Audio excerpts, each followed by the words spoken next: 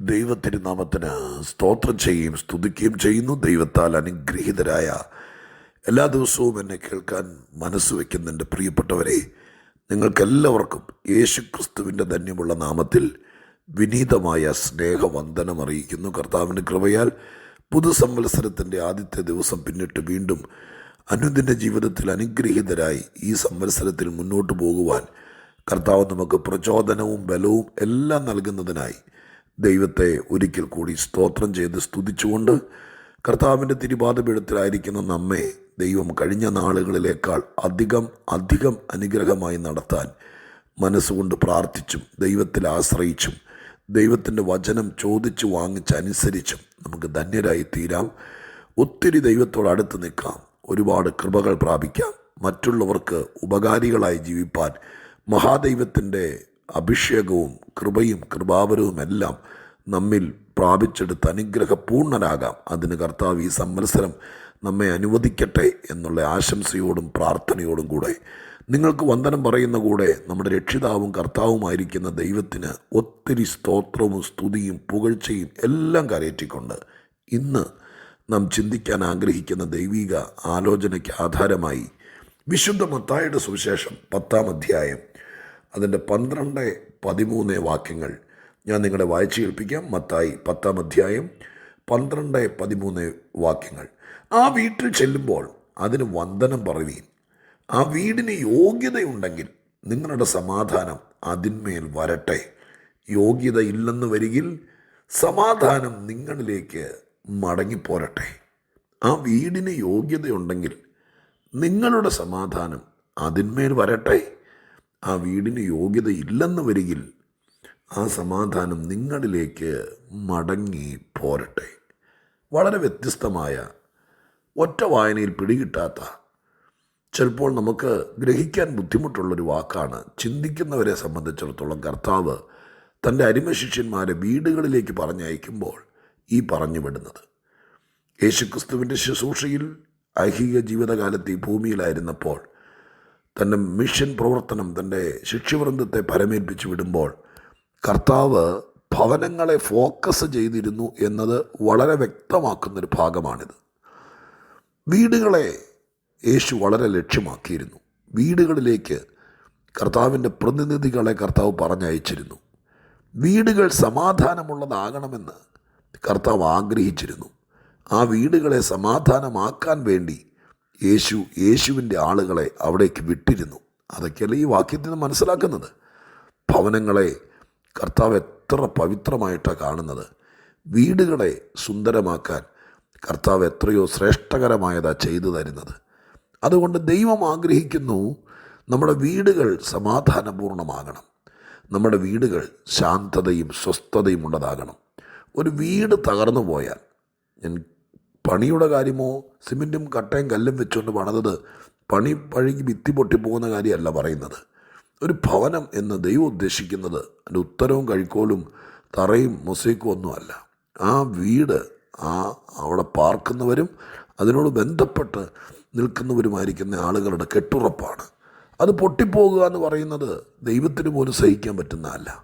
ഈ വർഷാരംഭ ദിവസങ്ങളിൽ നമുക്ക് ഏറ്റവും അധികം ഏദൻ തോട്ടത്തിൽ ആദം ഹവ്വമാരെ ആക്കുമ്പോൾ പറഞ്ഞതുപോലെ ഈ തോട്ടം സൂക്ഷിച്ചോണം എന്ന് പറഞ്ഞല്ലോ. അതുപോലെ നമ്മുടെ വീടുകൾ സമാധാനപൂർണ്ണമാകാൻ, അന്തരീക്ഷം ആത്മീയതയ്ക്ക് ചേരുന്നതാകാൻ വളരെ ശ്രദ്ധിക്കാം. വീടിനകത്താണ് നമ്മുടെ സന്തോഷം, സമാധാനം, ആത്മീയത ഇതെല്ലാം നിലനിൽക്കുന്നത് വീടിനകത്താണ്. പള്ളിക്കകത്ത് പ്രാർത്ഥനാ സ്ഥലത്തൊക്കെ നമുക്ക് ആത്മീകരാകാം, സ്പ്രിംഗറിൽ നിന്ന് ആരാധിക്കാം, നമുക്ക് പവിത്രരും വലിയ നിഷ്കളങ്കരൊക്കെ ആകാം. പക്ഷെ വീട്ടിൽ പോയാൽ ഈ കിട്ടുന്നത് കൊണ്ടൊക്കെ അപ്രയോജനമാകും. അപ്പോൾ വീട് ഒരു ദേവാലയ തുല്യമായി, സമാധാന കേന്ദ്രമായി നമ്മുടെ കുഞ്ഞുങ്ങൾക്കെല്ലാം സ്വസ്ഥതയും ശാന്തതയും ഒക്കെ ഉള്ളതാകാൻ നമുക്ക് ആത്മാർത്ഥമായി ശ്രമിക്കാം. വീട്ടിലുള്ളവർ പരസ്പരം ശ്രമിച്ചെങ്കിൽ മാത്രമേ വീടിന് സമാധാന പൂർണ്ണത വരികയുള്ളൂ. അതിൻ്റെ ഒരു തുടക്കമാണ് യേശു ഇവിടെ പറഞ്ഞിരിക്കുന്നത്. ഇവിടെ ശിഷ്യന്മാരെ പറഞ്ഞയച്ചിട്ട് അവരോട് പറഞ്ഞത്, നിങ്ങളൊരു വീട്ടിൽ ചെന്നതിന് വന്ദനം പറയുക. ആ വീടിന് യോഗ്യതയുണ്ടെങ്കിൽ നിങ്ങളുടെ സമാധാനം അതിന്മേൽ വരട്ടെ. അപ്പോൾ യേശു പറഞ്ഞയക്കുന്നവരുടെ കയ്യിൽ യേശു സമാധാനം, ഇവർക്ക് ഈ സമാധാനം കൊടുക്കാൻ പാകത്തിന് മത്തായിയുടെയും യോഹന്നാൻ്റെയും യാക്കോബിൻ്റെയും കയ്യിലൊന്നും സമാധാനം ഇവരുടെ തറവാട്ട് സ്വത്തോ വീട്ടിൽ നിന്ന് കൊണ്ടുവരാനുള്ളതൊന്നും ഇല്ലല്ലോ. യേശു അല്ലേ കർത്താവിനോട് പറഞ്ഞു, എൻ്റെ സമാധാനം ഞാൻ നിങ്ങൾക്ക് തരാം എന്നല്ലേ യേശു പറഞ്ഞത്. അപ്പോൾ ഒരു ദൈവദാസനെ, ഒരു ദൈവഭൃത്യനെ, ഒരു അഭിഷിക്തനെ കർത്താവ് കയ്യിലെടുത്ത് ഉപയോഗിക്കുന്ന ഒരാളെ യേശു വീട്ടിലേക്ക് പറഞ്ഞയക്കുമ്പോൾ യേശുവിൻ്റെ സമാധാനം കൊണ്ടാണ് അവർ വരുന്നത്. ദൈവസന്നിധിയിൽ ആഗ്രഹിക്കണേ. ഞാൻ എപ്പോഴും പറയുന്ന പോലെ ദുരുദ്ദേശത്തോടെ വരുന്നവർ, മണി മൈൻഡുമായി നടക്കുന്നവർ, ഉപജീവന മാർഗമായി സുവിശേഷ വേല എടുത്തിരിക്കുന്നവർ, ദുഷ്ടാത്മാവിൻ്റെ പിടിയിൽ ആ ദുരാത്മാവിനെയും കൊണ്ട് നടക്കുന്നവരൊക്കെ ഈ വെളിച്ചദൂതൻ്റെ വേഷം കെട്ടി നടക്കുന്നവർ കണ്ടേക്കാം.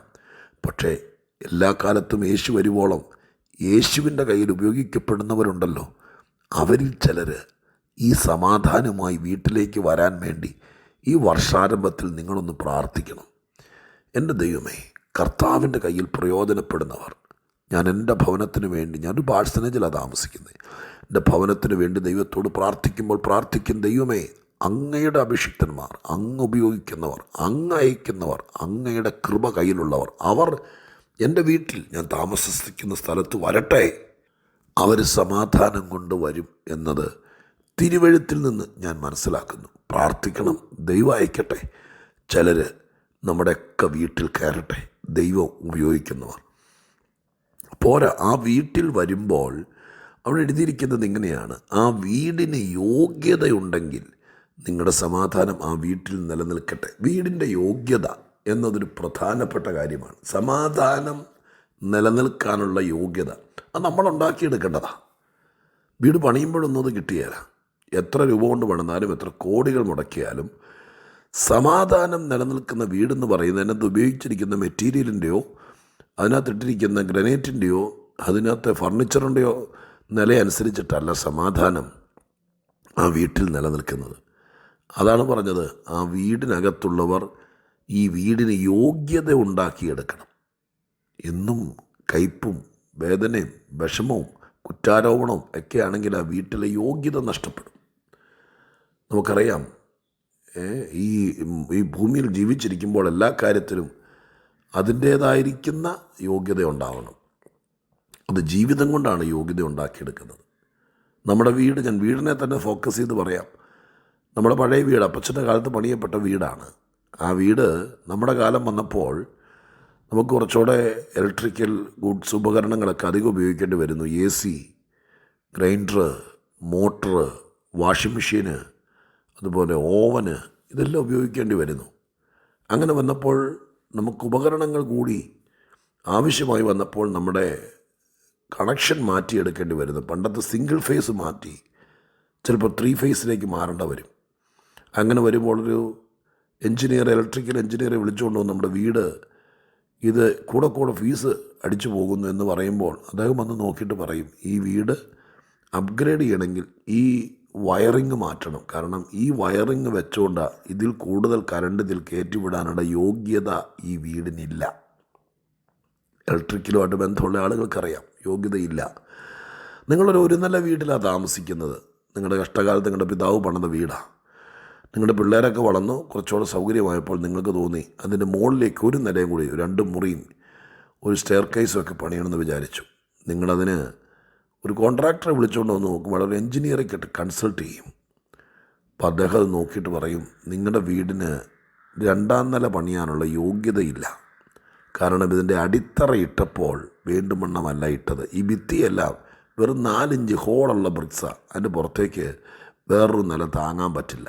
അപ്പോൾ നിങ്ങൾക്ക് ഏറെക്കുറെ മനസ്സിലാവുന്നുണ്ടല്ലോ, ഈ ഭൂമിയിൽ ചില കാര്യങ്ങൾ നമ്മുടെ കല്ലും മണ്ണും വെച്ച് പണിതിരിക്കുന്ന വീട് അപ്ഗ്രേഡ് ചെയ്യണമെങ്കിൽ യോഗ്യത വേണം, ഇല്ലെങ്കിൽ പണി നടക്കില്ല. ഇത് തന്നെ നമ്മുടെ വീട്ടിൽ, നമ്മുടെ ഉള്ളിൽ താമസിക്കുന്നവരൊന്ന് ചിന്തിക്കണേ. ഒത്തിരി കൃപ വേണം, ഭയങ്കര പിശാചിനെ വഴിയിലിട്ട് തടയണം, മല മറിക്കണം എന്നൊക്കെ നമ്മൾ ചിന്തിക്കും. പക്ഷേ അതിനുള്ള പവർ നമ്മുടെ വീട്ടിൽ വരാൻ, അതിന് മറ്റുള്ളവർ നോക്കുമ്പോൾ ആ ലെവലാണ് നമ്മളെന്ന് മനസ്സിലാക്കാൻ അതിനുള്ള യോഗ്യത നമ്മളുണ്ടാക്കണം. അത് പ്രാർത്ഥിച്ചും സ്നേഹിച്ചും വീട്ടിൽ പാർക്കുന്നവർ തമ്മിൽ എന്തെങ്കിലും തെറ്റിദ്ധാരണയോ കൂറ്റാരവമോ ഉണ്ടെങ്കിൽ അതൊക്കെ പറഞ്ഞ് തീർത്ത് ദൈവസന്നിധിയിൽ നിരപ്പോടെ നിൽക്കുന്ന പക്ഷം ഈ കൊല്ലം ഈ 2005 എൻ്റെ കർത്താവ് ഞാനിപ്പോൾ പറഞ്ഞ ഉദാഹരണം പോലെ നിങ്ങളുടെ ഭവനത്തിൻ്റെ അപ്ഗ്രേഡിങ് മുകളിലേക്ക് പണിയത്തക്ക രീതിയിൽ സ്വർഗസ്ഥനായ ദൈവം നിങ്ങൾക്ക് ഔദാര്യ ദാനങ്ങളെ നന്മകളെ തരും. നിങ്ങളുടെ വീട്ടിൽ പ്രാർത്ഥിക്കുമ്പോൾ പരിശുദ്ധാത്മാവിൻ്റെ ശക്തി ഒരു സിംഗിൾ ഫേസ് 3 ഫേസോ അതിനേക്കാൾ വലുതോ ആയി മാറുന്നത് പോലെ അതിനുള്ള യോഗ്യത നിങ്ങൾ ഉണ്ടാക്കിയെടുക്കുക. പ്രാർത്ഥിച്ചും ദൈവസന്നിധിയിൽ നേരോടെ നിന്നും മറ്റുള്ളവരെ വീട്ടിൽ നിന്ന് കുറ്റം പറഞ്ഞ് വീട്ടിൽ മറ്റൊരുത്തിനെ പൊളിക്കാനുള്ള പരിപാടി നിങ്ങളുടെ കമ്പ്യൂട്ടറിലും ലാപ്ടോപ്പിലും അകത്തെ മുറിയിലും ഓലമെടയുന്നത് പോലെ മെടഞ്ഞെടുക്കാതെ മറ്റുള്ളവരുടെ നന്മയ്ക്ക് വേണ്ടി വീട്ടിലിരുന്ന് നല്ല കാര്യങ്ങൾ ചെയ്യുക. യോഗ്യത ഉണ്ടാകട്ടെ. വീടിന് യോഗ്യത വന്നാൽ ഹല്ലേലൂയ, നമ്മൾ രക്ഷപ്പെട്ടു, മക്കളെ രക്ഷപ്പെട്ടു. വീടിന് യോഗ്യതയില്ലെങ്കിൽ എവിടെ പോയി തുള്ളി പ്രാർത്ഥിച്ചാലും വീട്ടിലേക്ക് വരുമ്പോൾ അത് ഐസ് വെയിൽ കൊണ്ടുരുകുന്നത് പോലെ പോകും, പ്രയോജനമില്ലാതെയാകും. നമുക്ക് വീട് സൂക്ഷിക്കാം. ഈ കൊല്ലം വീട്ടിൽ ആനന്ദ നദി ഒഴുകട്ടെ, ആത്മപ്രവാഹമുണ്ടാകട്ടെ, അത്യന്ത ശക്തി വ്യാപരിക്കട്ടെ. വീടിനകത്ത് ദൈവമഹത്വം വെളിപ്പെടട്ടെ. അതിനുള്ള യോഗ്യത നമുക്ക് സമ്പാദിക്കാം. ശ്രദ്ധയോടെ കാര്യങ്ങൾ ഗ്രഹിക്കുക. നമുക്ക് പ്രാർത്ഥിക്കാം. പരിശുദ്ധ ദൈവമേ, ഞങ്ങളുടെ സ്വർഗീയ പിതാവേ, ഈ നവസംവത്സരത്തിൻ്റെ ആദ്യ ദിവസങ്ങൾ ഞങ്ങളെ, ഞങ്ങളുടെ ഭവനത്തെ, ഞങ്ങളുടെ കുടുംബത്തെ, ഭാര്യാഭർത്തൃ ബന്ധത്തെ, മക്കളെ, ആത്മീയതയെ എല്ലാം ഒന്ന് റീസെറ്റ് ചെയ്ത് മാനിക്കേണ്ടതിനായി പ്രാർത്ഥിക്കുന്നു. ഇന്ന് ഞങ്ങളുടെ ഭവനത്തെക്കുറിച്ച് ഞങ്ങളുടെ കർത്താവ് പറഞ്ഞ വാക്കെടുത്താണല്ലോ ചിന്തിച്ചത്. ഞങ്ങളുടെ വീട്ടിൽ സകലത്തിനും ആത്മീയതയ്ക്ക് യോഗ്യതയുള്ള വീടാകട്ടെ. അതിനായിട്ട് ഒരുക്കണേ. ഞങ്ങളുടെ വീട് ഇതിനേക്കാൾ അനുഗ്രഹിക്കപ്പെടട്ടെ. യേശുവിൻ്റെ നാമത്തിൽ പ്രാർത്ഥിക്കുന്നു. കേൾക്കണമേ പിതാവേ. ആമേൻ.